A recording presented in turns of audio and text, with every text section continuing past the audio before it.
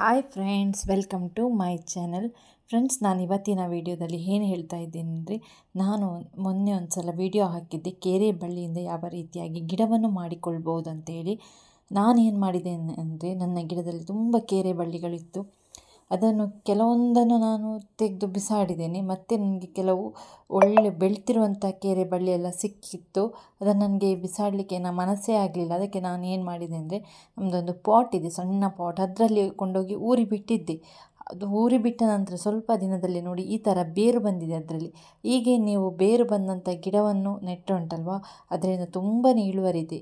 ಅದರಲ್ಲಿಯೂ ಕೂಡ ಕೇರೆ ಬಳ್ಳಿಯಲ್ಲಿ ಈ ಥರ ಬೇರುಗಳು ಬರಲಿಕ್ಕೆ ಸ್ಟಾರ್ಟ್ ಆದ ನಂತರ ಆ ಗಿಡವನ್ನು ನೀವು ಒಂದು ಒಳ್ಳೆಯ ಪಾಟ್ ಅಥವಾ ಗ್ರೋ ಬ್ಯಾಗ್ಗೆ ಹಾಕಿ ನೆಟ್ಟರೆ ಉಂಟಲ್ವ, ಅದರಿಂದ ಸಾಕಷ್ಟು ನಿಮಗೆ ಇಳುವರಿ ಸಿಗ್ತಾ ಹೋಗ್ತದೆ. ಕೇರೆ ಬಳ್ಳಿಯಿಂದ ಮಾಡಿದಂಥ ಗಿಡ ತುಂಬಾ ಒಳ್ಳೆಯದು.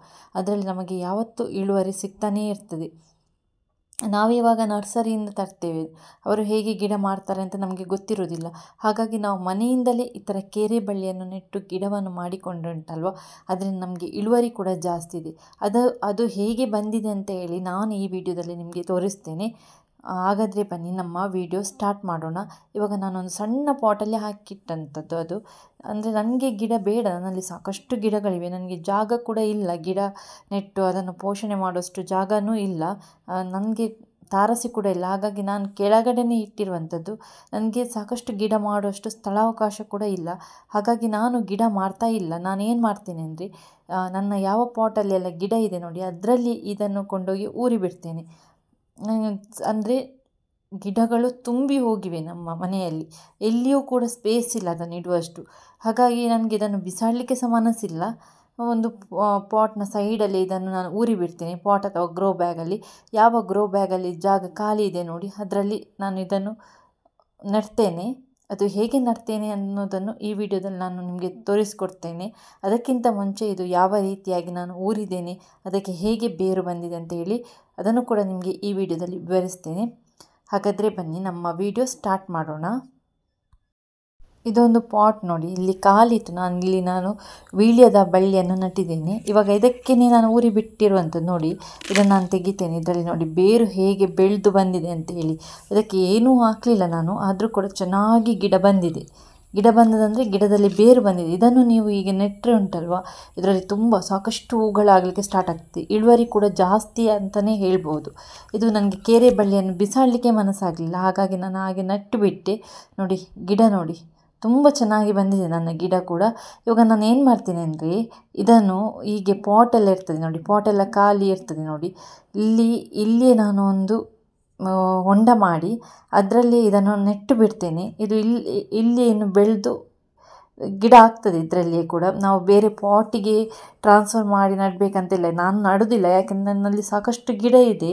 ನನಗೇನು ಮೇಂಟೆನೆನ್ಸ್ ಮಾಡಲಿಕ್ಕೆಲ್ಲ ತುಂಬ ಕಷ್ಟ ಆಗ್ತದೆ.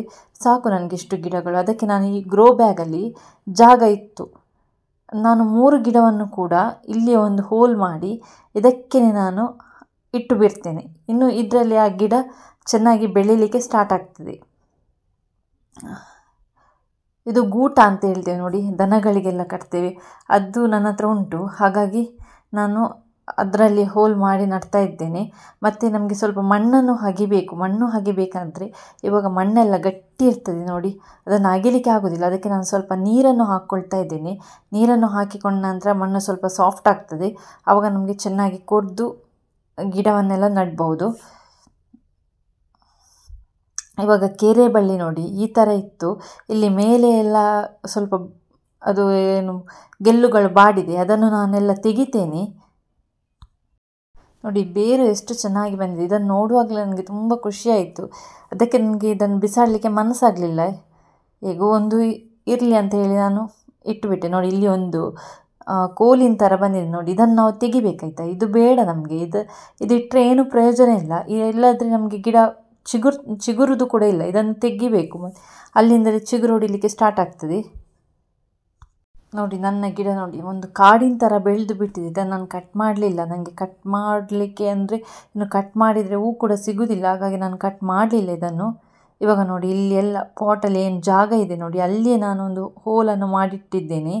ಇವಾಗ ಇದಕ್ಕೆ ನಾನು ಗಿಡವನ್ನು ಕೂಡ ಊರಿ ಬಿಡ್ತೇನೆ. ಮಣ್ಣು ಪಾಟಲ್ಲಿರುವಂಥ ಮಣ್ಣು ಕೂಡ ಗಟ್ಟಿಯಾಗಿದೆ, ಅಂದರೆ ಮತ್ತು ನೀರೆಲ್ಲ ಹಾಕಲಿಲ್ಲ ನೋಡಿ, ಮಳೆ ಬಂದು ಮಣ್ಣೆಲ್ಲ ಗಟ್ಟಿಯಾಗಿದೆ. ಅದು ನೀರು ಬಿದ್ದರೆ ಮಾತ್ರ ಸಾಫ್ಟಾಗಿ ಬರುವಂಥದ್ದು. ಮಣ್ಣನ್ನು ಯಾವತ್ತು ನಾವು ಒಂದು ತಿಂಗಳಿಗೊಮ್ಮೆ ಕೊರಿತಾ ಇರಬೇಕು, ಮಣ್ಣನ್ನು ಸ್ವಲ್ಪ ಲೂಸ್ ಮಾಡ್ತಾ ಇರಬೇಕು. ಆವಾಗ ಅದು ಬೇರು ಹೋಗಲಿಕ್ಕೆಲ್ಲ ಅದಕ್ಕೆ ಕೂಡ ಒಂದು ಸುಲಭ ಆಗ್ತದೆ. ಇವಾಗ ಇದೊಂದು ಗ್ರೋ ಬ್ಯಾಗಲ್ಲಿ ಒಂದೇ ಗಿಡ ಇರುವಂಥದ್ದು. ನಾನು ಅದಕ್ಕೇ ಒಂದು ಹೋಲನ್ನು ಮಾಡಿದೆ. ಹೋಲ್ ಮಾಡಿದ ನಂತರ ನಾನು ಈ ಗಿಡವನ್ನು ಇದಕ್ಕೇ ತಂದು ನೆಡ್ತೇನೆ. ಹೋಲ್ ಕೂಡ ಅಷ್ಟೇ ಸ್ವಲ್ಪ ದೊಡ್ಡ ಹೋಲನ್ನೇ ಮಾಡಿ ಆಯಿತಾ. ಅದು ಅಂದರೆ ಇನ್ನು ಬೇರು ಬಂದಿದೆ ಅಲ್ವಾ, ಅದಕ್ಕೆ ನಾವು ಬೇರು ಹೋಗಲಿಕ್ಕೆಲ್ಲ ಜಾಗ ಬೇಕು, ದೊಡ್ಡ ಹೋಲನ್ನೇ ಮಾಡಬೇಕು. ಇವಾಗ ನಾನು ಏನು ಮಾಡ್ತೀನಿ ಅಂದರೆ 3 ಗಿಡವನ್ನು ಕೂಡ ಒಟ್ಟಿಗೆ ಇದರಲ್ಲೇ ನೆಟ್ಟು ಬಿಡ್ತೇನೆ. 3 ಗಿಡವನ್ನು ಕೂಡ ಹಾಗೆ ನೋಡಿ, ಇದನ್ನು ತೆಗಿಬೇಕಂತ ಹೇಳುವಂಥದ್ದು ನಾನು. ಇದನ್ನು ತೆಗೆದ್ರೆ ಇನ್ನು ಚೆನ್ನಾಗಿ ಚಿಗುರೆಲ್ಲ ಬರ್ತದೆ. ಅದು ನಮಗೆ ವೇಸ್ಟ್, ಒಣಗಿ ಹೋಗಿದೆ ನೋಡಿ. ಇನ್ನು ಅದರಲ್ಲಿ ಹೆಗ್ಗೆಗಳು ಹೊಡಿಲಿಕ್ಕೆ ಸ್ಟಾರ್ಟ್ ಆಗ್ತದೆ, ಕವಲುಗಳೆಲ್ಲ ಬಂದು ಚೆನ್ನಾಗಿ ಅದರಲ್ಲಿ ಮೊಗ್ಗು ಎಲ್ಲ ಆಗಲಿಕ್ಕೆ ಸ್ಟಾರ್ಟ್ ಆಗ್ತದೆ.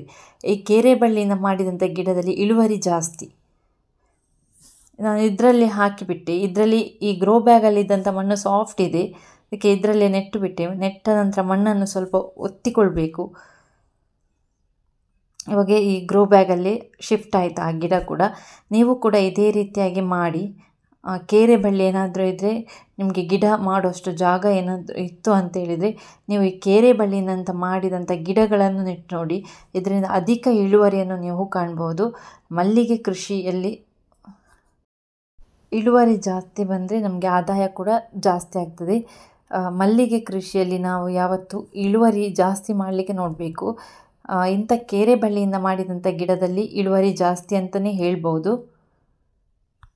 ವೀಕ್ಷಕರೇ, ಈ ವಿಡಿಯೋ ಇಷ್ಟ ಆಗಿದೆ ಅಂತ ಅಂದ್ಕೊಳ್ತೇನೆ. ಇಷ್ಟ ಆಗಿದ್ದರೆ ದಯವಿಟ್ಟು ಚಾನಲನ್ನು ಯಾರು ಸಬ್ಸ್ಕ್ರೈಬ್ ಮಾಡದೆ ನೋಡ್ತಿದ್ದೀರಾ, ಸಬ್ಸ್ಕ್ರೈಬ್ ಮಾಡಿಕೊಂಡು ವಿಡಿಯೋ ನೋಡಿ. ವಿಡಿಯೋ ಇಷ್ಟ ಆದರೆ ಲೈಕ್ ಮಾಡೋದನ್ನು ಕೂಡ ಮರಿಬೇಡಿ. ಹೆಚ್ಚಿನ ಜನರೊಂದಿಗೆ ಈ ವಿಡಿಯೋವನ್ನು ಶೇರ್ ಮಾಡಿ. Thanks for watching. ಮತ್ತೊಂದು ಹೊಸದಾದ ವಿಡಿಯೋದೊಂದಿಗೆ ನಿಮ್ಮ ಭೇಟಿ. ಓಕೆ, ಬಾಯ್.